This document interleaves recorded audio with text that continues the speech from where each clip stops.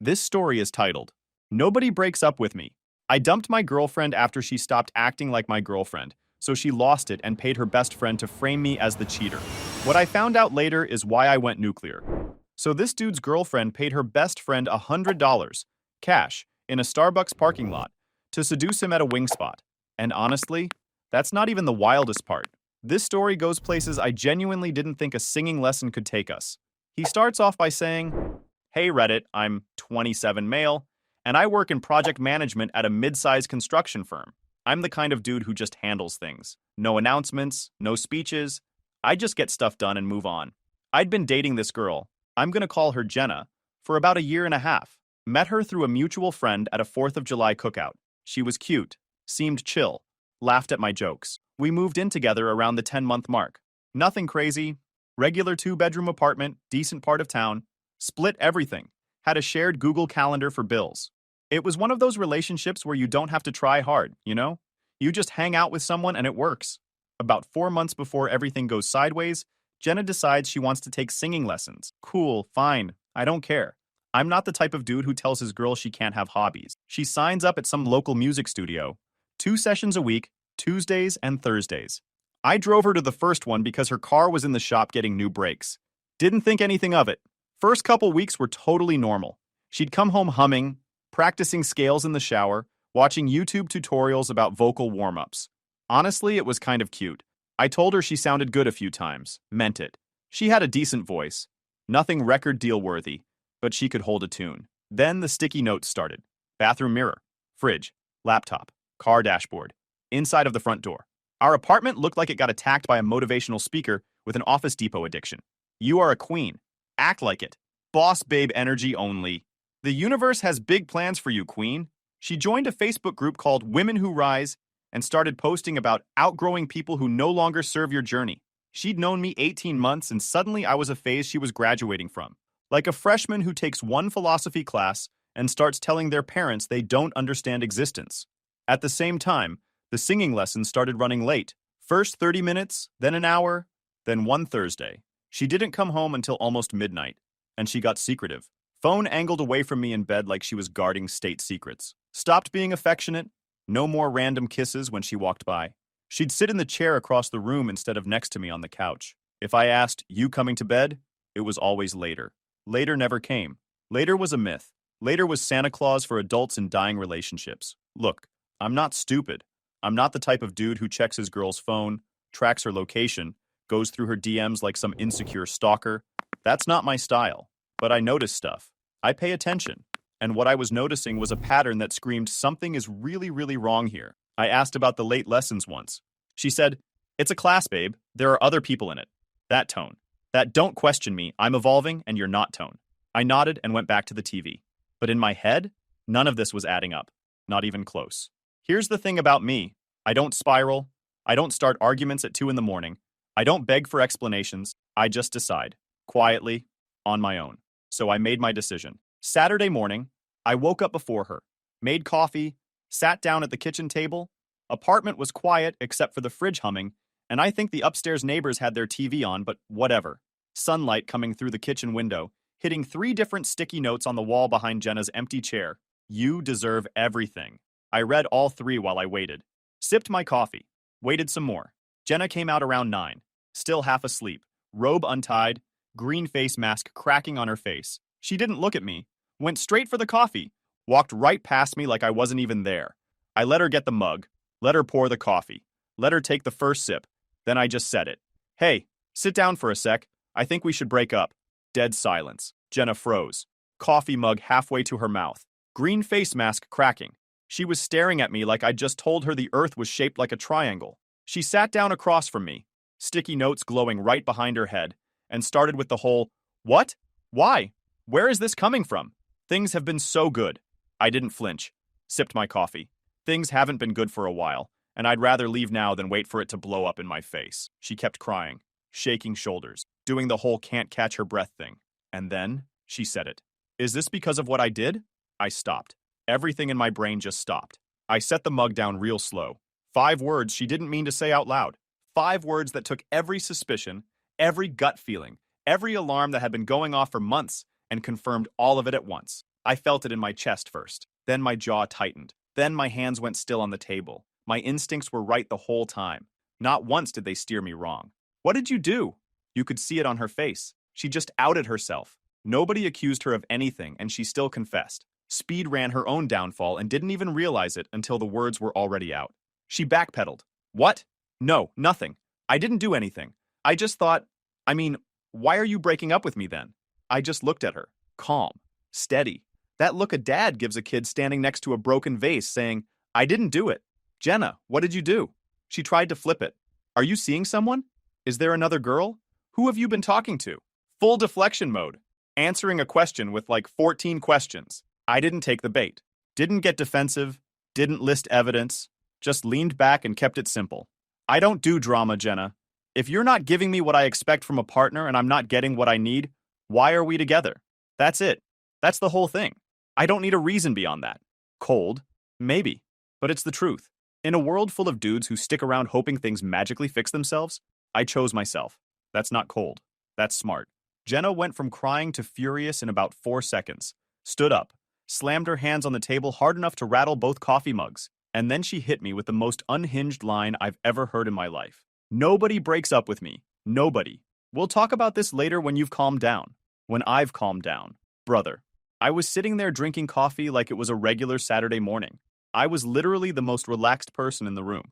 But sure, Jenna, I need to calm down. She stormed off to the bedroom, slammed the door so hard a sticky note fell off the hallway wall, and I could hear her on the phone within seconds, crying to someone, probably her mom, probably already spinning the whole story into, he just attacked me out of nowhere. I don't know what happened. I've been such a good girlfriend. The victim version was already being written. I finished my coffee, rinsed the mug, set it in the drying rack, and started packing my stuff. Not in a rush, not panicking, just steady. Box by box, drawer by drawer. I'd already been mentally checked out for like 2 weeks at that point. This was just making it official. I folded my clothes, stacked my books, unplugged my PlayStation, took my good chef's knife, the one I'd bought myself, and left the cheap one she'd picked up from Target. Pause. All right, guys. I gotta stop here because what this man just did, this is the part most dudes get completely wrong. He didn't wait for proof. He didn't wait for a confession. He didn't camp out in a parking lot trying to catch her in the act like some sad detective in a bad movie. He paid attention to how the relationship felt, and when it felt wrong for long enough, he bounced. That's it. And look, I know some of y'all are sitting there like, but what if he was wrong? What if she wasn't cheating? Doesn't matter. Read that back. She wasn't showing up as a partner anymore. The affection was gone. The respect was gone. She was treating him like furniture. You don't need a screenshot of her in another dude's bed to know you deserve better than that. You're allowed to leave just because you want to. Back to the story. I moved my stuff to my boy Derek's guest room. No scene, no social media posts, no trash-talking Jenna, just quietly moved out and started looking for my own place. Clean break. Or at least that's what I thought. About 5 or 6 days later, I'm at a wing spot with my crew. Derek, Travis, and Mike. Thursday night. Game on. Wings. First time in months I actually felt like myself. Then this girl walks in. Alone. Scans the room slow. Not the way someone looks for a table. More like someone looking for a specific face. Her eyes land on our section. She adjusts her hair and walks over. Kayla. Jenna's friend. We'd met a handful of times at group hangouts. She stops at our table looking surprised. Eyebrows up, hand on her chest. Oh wow. Small world. Casual. Almost too casual. Like she rehearsed it in the car. Derek scooted over. She sat down, ordered a water, made small talk. Then the questions shifted. How are you holding up? After everything? I said I was fine. She glanced at her phone under the table. Quick, like checking a text she'd been waiting on. Are you seeing anyone yet? Way too personal. Way too soon. I gave a short answer and watched her check the phone again right after, like she was relaying my answers in real time. Something cold crawled up the back of my neck. Then she leaned in. Can I talk to you for a sec? Somewhere quieter? Travis gave the smallest head shake. I stood up anyway. Walked her toward the hallway near the restroom. She started saying something about wanting to check on me. I let her talk for like 30 seconds, then cut through it. Calm. Eye contact. Who put you up to this? Her face changed. Mouth opened. Closed. What? Nobody. I just ran into you. Kayla. She pulled her phone against her chest like a shield. I'm just trying to be a good friend. Whatever this is, I'm not doing it. Go home. She stood there 1 second, then walked out fast. Not running, but close. Didn't say goodbye. The door swung shut and the wing spot went back to being a wing spot. I sat back down, picked up a wing. Mike leaned over real low. That felt planned. I chewed, swallowed. Yep, nobody asked questions. We went back to the game. I was so incredibly wrong to think it ended there. 2 hours later, Derek's place. Brushing my teeth, getting ready for bed, phone rings. Jenna. My thumb hovered over decline for a few seconds, but curiosity won. Same thing that makes you slow down past a car wreck. Before I could even say hello, Jenna was screaming. Full volume. The kind of screaming that makes you hold the phone away from your ear and check if your eardrum is still intact. The neighbors probably thought someone was getting attacked. No, someone was being accused of something I absolutely did not do. How could you do this to me? You took her back to your place? Kayla told me everything. She said you were all over her at the wing spot. You had your hands on her waist. You bought her food all night. You walked her to her car. That's why you wanted the breakup. You're disgusting. I knew it. I always knew it. I stood there in Derek's bathroom, toothbrush hanging from my mouth, toothpaste dripping down my chin, staring at myself in the mirror, just trying to process what was happening. Like, my brain was trying to understand how a woman who personally set up a honey trap, planned it, funded it, sent it out the door, was now accusing me of falling into it. She planned the trap. It failed. And now she's mad I supposedly took the bait? On what planet does that make sense? I tried to get a word in. Jenna, I didn't... What are you... I literally rejected her. Jenna. But she wasn't listening. Full meltdown mode. She'd taken Kayla's failed mission, a mission she put together, and somehow flipped it into proof that I was cheating. Her own failed setup became her evidence. That's not just denial. That's a whole new level of delusional. She hung up. I texted once. I didn't touch Kayla. She showed up. I told her to leave. She left. Ask anyone who was there. 3 witnesses. Sent it. Put the phone down. Went to bed. Facts, not feelings. I was woken at 1:30 in the morning by something hitting the front of Derek's house. Small, like a pebble against siding. Then another. Then another. I looked out the window. Jenna, front yard, pajamas, throwing rocks at the house. She started with pebbles from the flower bed. Those just bounced off the siding. Then she moved up to rocks from the landscaping border. Those actually made noise. She was screaming the whole time. Come out here, face me like a man. You're a coward. You're a cheater. You ruined everything. I told her through the window to stop, to go home, that she was going to get herself in trouble. She responded by picking up a bigger rock. This woman was leveling up her ammo in real time like she was in a video game. She hit the door. She hit the windows. I called the non-emergency line. Then she kicked Derek's front porch light clean off its mount. Shattered. Glass everywhere across the steps. That's when I called 911. She was kicking the front door now, screaming that she was going to destroy everything I love. Full berserker mode. And then, right before the sirens hit the end of the street, she wound up with the biggest rock yet and launched it directly at the front steps. Direct hit. Derek's garden gnome. Ceramic shrapnel across the concrete. Head went one way. Body went another. Little fishing rod landed in the bushes. That gnome had been on those steps through 3 Halloweens, 2 blizzards, and a neighborhood dog that humped everything below knee height. Gone. Destroyed by a woman in pajama pants throwing rocks at a house that wasn't even hers. That's when Derek came out of his room in his boxers. He stared at the remains of his gnome on the front steps, then at me. Dead serious. Bro, she killed my gnome.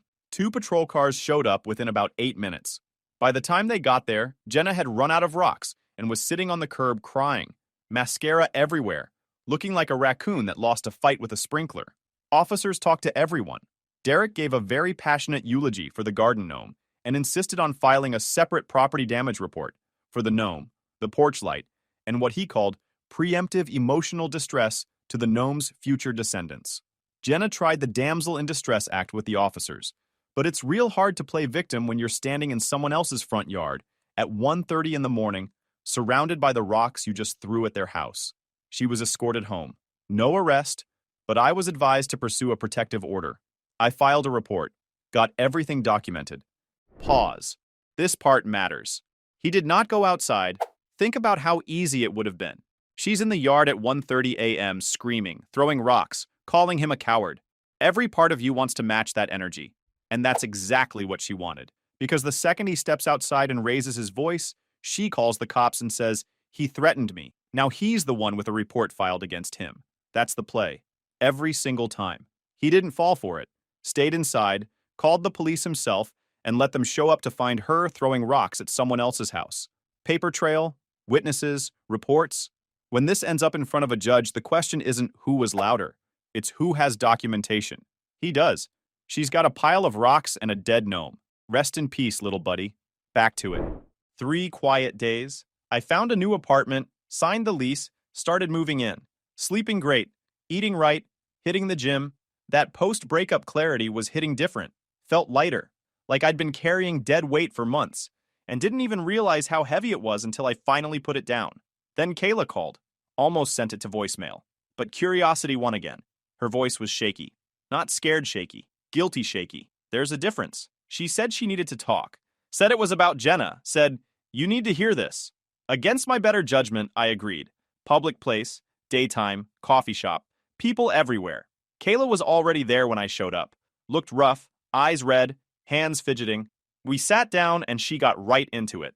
Jenna had paid her $100, cash, Starbucks parking lot, like a drug deal, to go to that wing spot and hit on me.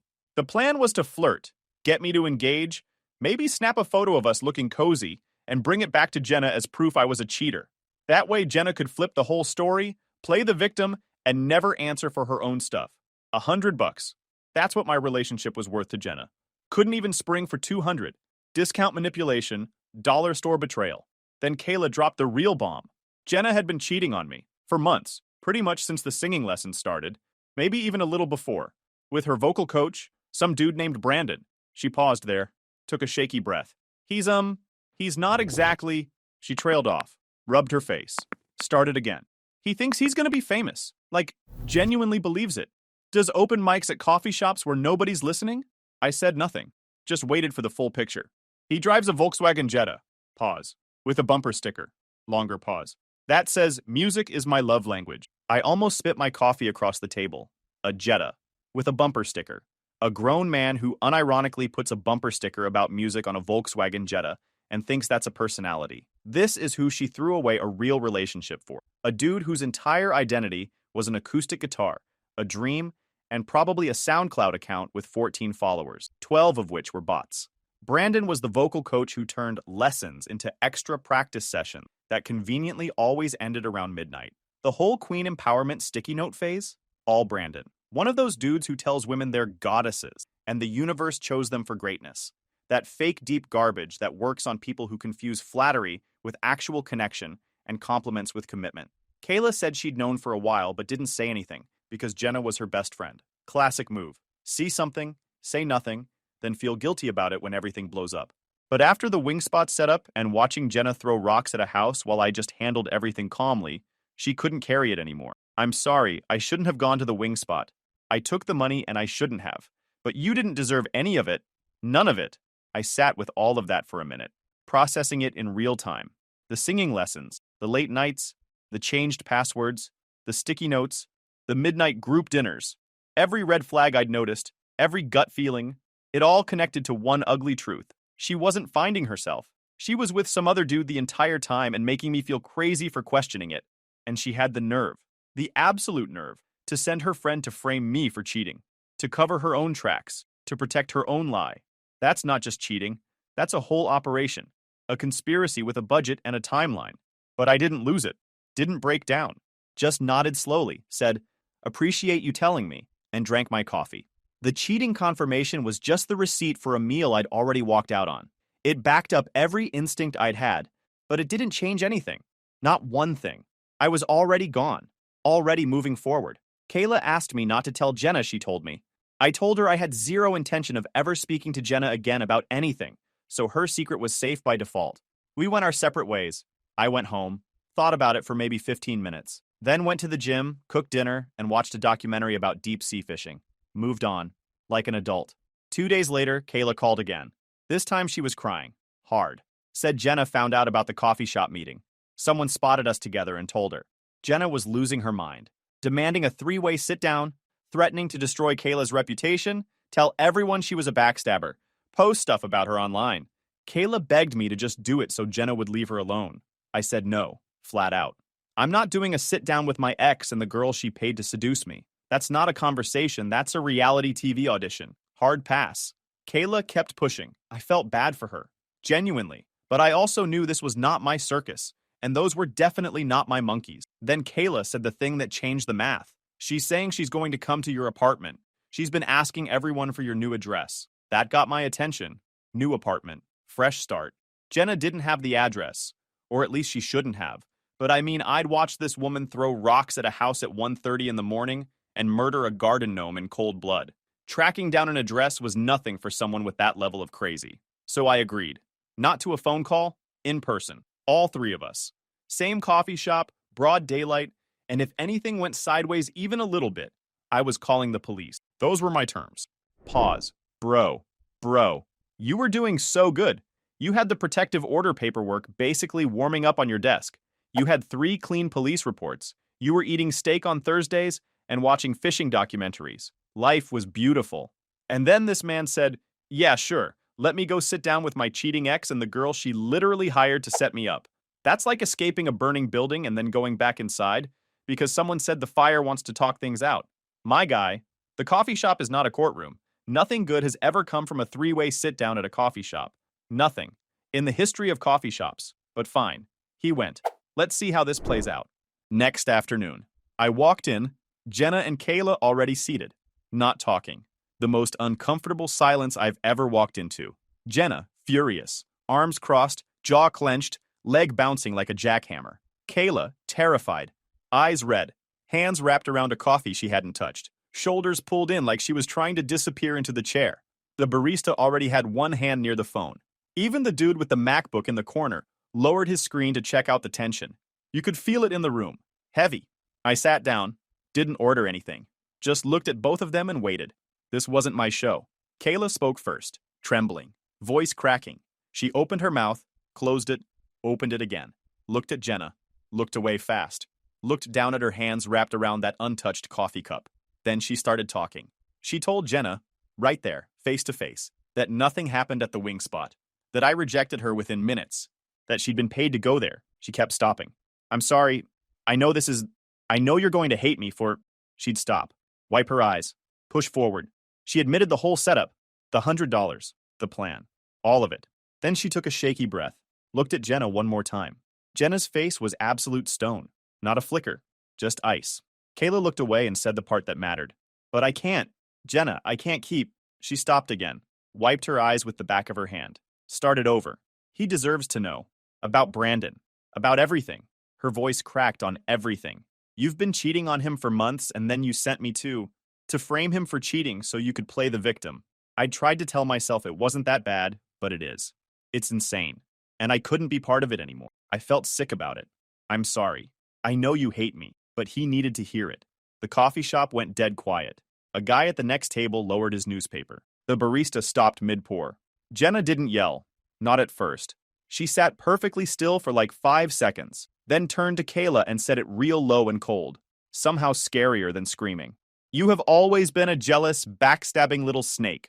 Always. Every guy I've ever been with, you've tried to get close to. You've been jealous of me since high school. Then she picked up her iced coffee, grande, oat milk, because of course, and threw it directly in Kayla's face. Full cup.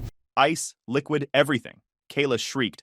The newspaper guy actually said, "Oh snap," out loud. The barista picked up the phone. Jenna went for Kayla's hair. 0 to world star in 2 seconds flat. I moved fast. Got between them. Didn't touch Jenna. Smart. Just physically shielded Kayla and held my arms out as a wall. Jenna was swinging around me trying to reach Kayla, and Kayla was backing up into chairs, knocking over someone's laptop bag. Oat milk coffee dripping from her face onto the floor. I looked at both of them. Jenna with crazy eyes and balled fists. Kayla dripping oat milk and trembling like a wet chihuahua. And me, standing in the middle of a coffee shop, being the only sane person in a 3-person meeting I never wanted to be at in the first place. Both of you, listen. I'm done. I'm done with both of you. Do not call me. Do not text me. Do not show up anywhere near me. Either of you. If I hear from either one of you again, I'm going straight to the police. Not a threat. A promise. We're done here. I turned around and walked out. Didn't look back. Not once. Got in my truck, started the engine, and pulled out of the parking lot like I was leaving a regular Tuesday afternoon errand. The barista was on the phone. The newspaper guy was standing up. Someone had their phone out recording. I barely registered any of it. I was already gone. I made it about 7 blocks before something in my rear view caught my eye. Headlights. Staying with me through a left turn. Could be nothing. I took another left. They followed. I took a right. They followed. My grip tightened on the steering wheel. Not panic. Just awareness. Not one car. Two. Jenna's white Honda Civic with the cracked taillight she never fixed. And behind that, Kayla's silver Toyota Corolla with a sorority sticker on the back windshield. Both of them. Through every turn. These two women, who were literally trying to rip each other's hair out 15 minutes ago, were now united in following me home, like a two-car parade celebrating the death of common sense. Neither one using turn signals. My apartment complex came up on the right. I drove right past it. Didn't slow down. Didn't signal. Didn't even glance at the building. Because the last thing you want is two unhinged women knowing exactly where you lay your head at night. That slash tires and cheater keyed into your hood just waiting to happen. I pulled into a well-lit gas station about half a mile past my place. Security cameras on every angle. Parked right under the tallest light pole. Both cars pulled in behind me. Engines running. Headlights on. Staring at me through their windshields like something out of a low-budget horror movie. I locked my doors, kept the engine running, and called 911. Gave the dispatcher both vehicles. Makes, models, colors, plate numbers. I'd memorized Jenna's plates months ago and grabbed Kayla's from the coffee shop lot earlier that day. Because I think ahead, 2 patrol cars, 10 minutes. My name was already in the system from the rock-throwing incident. The pattern was clear, and getting worse. Both women were told to leave right away. This time I didn't wait on the protective order. Monday morning, courthouse, filed against both of them. Jenna for ongoing harassment, stalking, property damage. Kayla because even though her intentions shifted, she'd been part of the original scheme and then followed me home, which crossed a real clear line. Both orders got granted. Temporary at first, then made permanent after neither Jenna nor Kayla showed up to fight them. Probably because whatever lawyer they talked to took one look at the police reports, the witness statements, and my records and said, yeah, you've got zero chance here. Or maybe they just didn't care enough to show up. Either way, same result. Legal boundaries. Backed by law. Stay away or face the consequences. I changed my number. Locked down social media. Made everything private. Blocked Jenna, Kayla, and every mutual who might serve as a pipeline back to me. Told friends and family the situation, so nobody could be used as a backdoor to reach me. My mom was furious. Not at me, at Jenna. She said, I always thought that girl smiled too much. Nobody's that happy all the time unless they're hiding something. Moms always know, man. Derek installed a Ring doorbell and 2 new garden gnomes, positioned on either side of the front steps like bouncers at a nightclub. Travis bought me a housewarming gift. Framed photo of the original gnome with the caption, Gone but not forgotten. Hangs in my living room to this day. Mike sent a text. King behavior. Proud of you, bro. That's what real friends do. They don't ask questions when you show up with boxes. They open the door and say, wings or pizza tonight? That's brotherhood. Now here's the part where I made my move. See, for about 2 weeks after the protective orders went through, Jenna had been running her mouth to literally everyone. Every mutual friend, every coworker, every person she'd ever met at a barbecue, telling them I was the cheater, that I was controlling, that she had to escape me.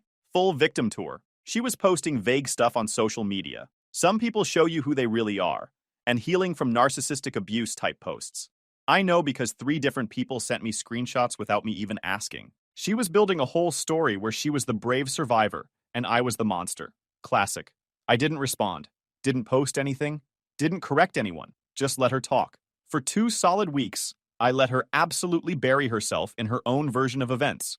And the whole time I was just waiting. Then I did one thing. Derek pressed charges for the property damage, the porch light, the gnome, the damage to his siding. He'd already had the police report from that night, already had photos of everything, already had my witness statement and his own. I didn't even have to ask him.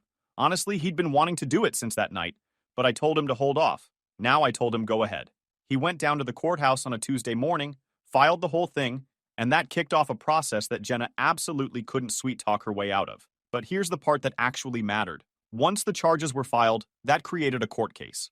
Public record. And once Jenna started getting calls about it, once her parents found out, once she had to actually get a lawyer, the mutuals started asking questions. Not to her, to me.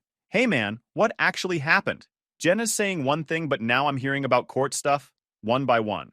Slow at first, then a bunch at once. I didn't argue, didn't explain, didn't give my side of the story. I just sent them the court records. The protective orders, public record. The police reports from both incidents, public record. Derek's criminal complaint with the itemized property damage, public record. No commentary from me. No, see, I told you so. Just the documents. One message, one link. Done. And I sat back and watched the whole thing collapse on her like a house of cards in a wind tunnel. Because here's the thing.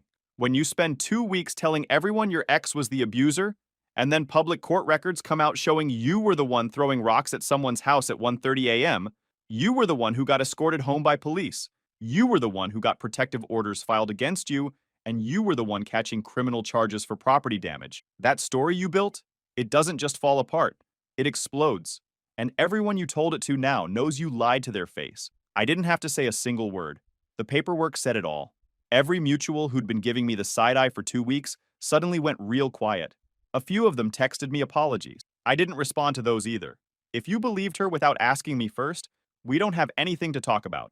Jenna ended up having to pay Derek restitution for the porch light and the gnome. Had to take some kind of anger management class as part of a plea deal to knock it down from a misdemeanor. And the best part, the absolute best part, is that she did all of this to herself. Every single piece of evidence that destroyed her reputation was created by her own actions. I didn't make up anything. I didn't exaggerate anything. I just kept receipts and waited for the right moment to let them speak. One move. That's all it took. Everything else was just gravity. Last I heard, not because I was looking, just because news travels, Jenna and Brandon broke up like 3 weeks later. Turns out Brandon was also seeing someone else from the singing class. Some other girl who thought she was his special muse. The whole singing studio was basically a soap opera with vocal warm-ups. Brandon's SoundCloud? Still 14 followers. Still 12 bots. The dream lives on. I'm doing great now. New apartment, clean, quiet, no sticky notes anywhere except the one on my fridge that says Steak Thursday because I've got my priorities straight. Now, before I wrap up, OP dropped something in the comments that I can't stop thinking about. Remember how he mentioned he still had Jenna's mom's number saved in his phone? Well, she texted him. Last week, not Jenna. Her mother. Said she needs to talk to him about something important. And then she added, "It's not about getting back together. Now your first instinct is okay. Jenna sent mommy to do the dirty work. Classic. But OP said something about the way it was worded felt different, felt serious, felt heavy. Like this wasn't a please take my daughter back text. This was something else entirely. He hasn't responded yet. He's sitting on it. And that one line, it's not about getting back together, is keeping me up at night more than anything else in this entire story. Because if it's not about getting back together, then what on earth is it about? OP, whatever is in that message, we need the update. Get in these comments.